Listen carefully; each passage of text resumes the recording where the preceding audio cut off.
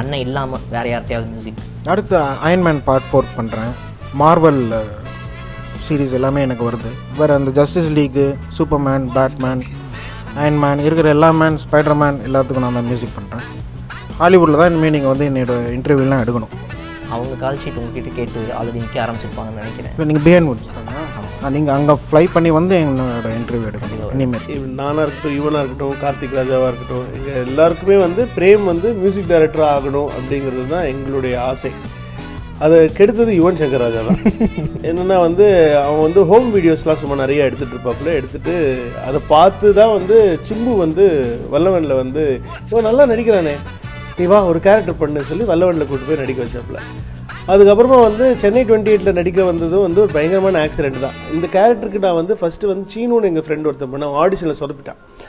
அதுக்கப்புறமா நான் வந்து யோசித்தது வந்து நம்ம தமன் சாய் இருக்காப்புல, நாங்கள் சாயின்னு கூப்பிடுவோம். அவனை எங்கள் ஏரியா பையன், நாங்கள்லாம் ரோட்டில் கிரிக்கெட் ஆட்ட பசங்க தான்.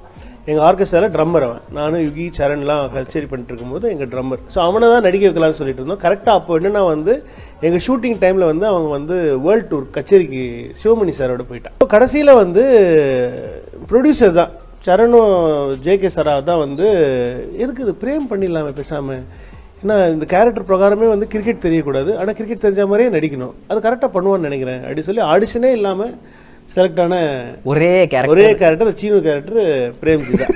ஏன்னா அவனுக்கு கிரிக்கெட் நிஜமே வராது, விளையாடினா போங்க அடிப்பான், காட்சி கேட்பான், இன்னொரு எக்ஸ்ட்ரா காட்சி கேட்பான், அந்த மாதிரி இருந்துச்சு. ஸோ அப்படி இவனுடைய நடிப்பு டார்ச்சர் தாங்க முடியாமல் நாங்கள்லாம் வந்து வெயிட் பண்ணிட்டு இருந்தோம், எப்படா இவனை மியூசிக் டைரக்டர் ஆக்கலாம் அப்படின்னு சொல்லி பிளான் பண்ணோம். ஸோ அது வந்து சும்மா ஜாலியாக நானும் இவன் பேசும்போது வந்து ஒரு ஒரு ஒரு அக்ரிமெண்ட் மாதிரி நாங்கள் போட்டுக்கிட்டோம். இவன் வந்து என் படத்தில் நடிக்கலை அப்படின்னு சொன்னால் இவன் மியூசிக் பண்ணலாம், இவன் நடித்தான் அப்படின்னா அது இவன் தான் மியூசிக் பண்ணணும் அப்படிங்கிற மாதிரி ஒரு கான்ட்ராக்ட் இருக்குது எங்களுக்குள்ள. ஸோ அதன்படி வந்து பார்ட்டியில் மியூசிக் டைரக்டராக ஆனால் ஹான்ஸ் ஜிம்மர், அவர் தான் ஹான்ஸ் ஜிம்மர். நான் தான் வந்து தமிழ்நாட்டு ஹான்ஸ் ஜிம்மர். அவர் இங்கிலீஷில் இருக்கட்டும், தமிழ் அவர் இங்கிலீஷ் நாட்டு பிரேம்ஜி. ஆமாம், அவர் ஹாலிவுட் பிரேம்ஜி. நீங்கள் சொன்ன மாதிரி சொல்லலாம், அண்ணன் சொன்ன மாதிரியே சொல்லலாம், அப்படி வச்சுக்கலாம். Hans Zimmer. இவ்வளோதான் உங்களோட முடிஞ்சு போச்சு. அண்ணன் கூட விளாட்லாம். எந்த ஆக்டர் நடித்தது பிடிக்கல உங்களுக்கு இந்த படத்தில்?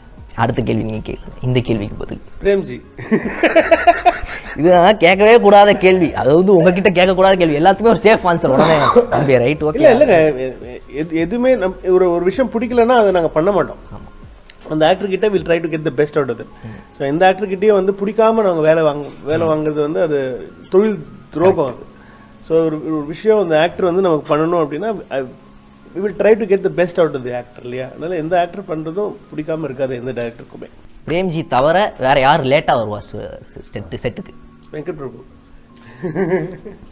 கரெக்டாக தான் என்ன சொல்கிறேன். ஆமாம், இல்லை நான் வந்து ஃபஸ்ட்டு வந்துடுவேன். இல்லை, நான் ஏதாவது சொன்னால் டக்குன்னு உடனே உங்கள் பேரை சொல்லிடுவார்ன்றதுக்காக உங்கள் பேரை முன்னாடி நான் போட்டுக்கிட்டேன், உங்களுக்கு சொல்லக்கூடாது, உங்களை இல்லாமன்னு அவர் பேரை சேர்த்து